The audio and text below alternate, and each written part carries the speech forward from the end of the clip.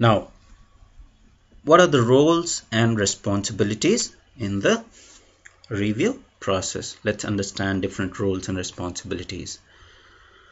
So participants of the formal review process should have adequate knowledge about the review process. So whosoever is doing the review, if you're following the formal review process, the participant should have adequate knowledge of the review process. Formal review is most successful when the participants are guided by trained moderators. So moderators should have been very expert and trained with the review process. So it is always formal review is successful only if participants are guided by some trained moderators. Main roles in the review process. The following are the main roles: moderator, author, scribe or recorder, who just records what discussion has been made, what discussion is going on during the review meeting. Then the reviewers, actual people who review the document, and the manager. So let's discuss these roles one by one and what are the responsibilities for different people performing these roles. So the moderator is also known as the review leader. He leads the review process. Then he, in cooperation with the author, determines the type, approach and composition of the review team. So it's the moderator's responsibility that he discusses with the author. So once author approaches to the moderator about review, that review is required for his document, then both of them discuss who are the right people to review that document. So if it's, suppose it's a test plan, then then development lead, development manager has to be there. Senior developers have to be there, who will be kind of creating the main features, will be developing main features, and then test manager, test lead. So the composition of the review team is also decided in the moderator decides the composition of the review team. Then he performs entry check and follow-up work after review. He performs the entry check, or he verifies the document meets the entry criteria before the review actually starts, and then after review he performs the follow-up work after any changes are being made by the author, whether all the changes have been made. If all the changes have been made, he circulates the modified document to the team and collects feedback again. So he performs entry check and follow-up work as well. Then he schedules the meetings. He circulates the review document before meetings. He coaches other team members, because moderator is the most experienced person in the review process. So he coaches other team member about the review process as well. And then he leads the discussion and stores the collected data. He also leads the discussion. He also stores any data that is being collected during the discussion. So if there are some heated discussion going on, any personal comments, or so he makes sure that no such type of things start happening in the review meeting, and he keeps control on all sort of personal comments and issues during the meeting. And the second role is the author. The author is a person who actually develops the document that needs to be reviewed.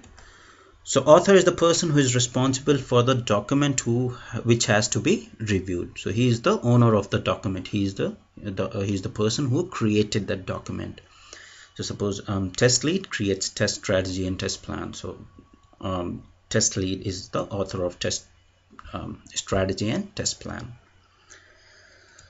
Then author's responsibility during meeting is to ensure understand about defects and issues in document. So author's responsibility during the meeting is to understand what are the defects in the document that he created, or what are the issues in the document that he created.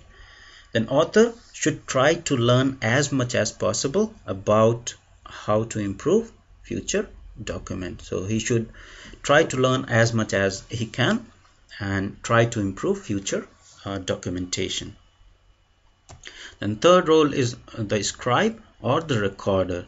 He is the person who makes note of whatever discussion or issues or defects being discussed in the meeting. He records all those issues in the meeting. So scribe is also known as a recorder. His main role in review meeting is to record each defect and suggestions for process improvement. So his main role is to record any defect that is being discussed and any suggestion that is being made to improve the process. Then author plays this role because it helps them to understand their own comments better during rework. So it depends. I mean, sometimes it's better if author plays this role, but sometimes it's more advantageous if somebody else is playing this role. In some cases, author feel that they will be able to read whatever comments they note more clearly if they have written it on their own rather than somebody else writing the feedback for them. But sometimes it's more advantageous if a lot of discussion is going on, then author can focus more on discussion rather than writing. So in this scenario, it's better to have scribe if author wants to listen more into the discussion and focus more into the discussion rather than keep on writing. So it has its pro and con, but most of the time scribe role is also played by the author. It can be played by somebody else as well. Then having another person as scribe can be advantageous as it makes author to think more about the document, more about the discussion. Author has more time to discuss about the issues if some other person is playing scribe role. Then the fourth role is the reviewers, who are the people who actually review the document. Reviewers are also called as checkers or inspectors because they check the document or inspect the document. Their main task is to check the document for any defects. Reviewers should be chosen from specific technical or business background based on the type of review. So reviewers should be chosen from different specific technical or business background based on different type of reviews. So suppose it's a test document review, people from test team, development team needs to be involved. If it's a requirements document, people from different stakeholders like people from business, different business units, top technical people, architects need to be there in the discussion. So based on the review type, you need to choose people for the review. Then reviewers should be chosen to represent different perspectives and roles in review process. Then the final role is the manager. So manager decides the execution of reviews, allocates time in project schedule. So the main decision about execution of reviews is decided by manager. It can also be decided by the moderator, but sometimes it's decided by the manager.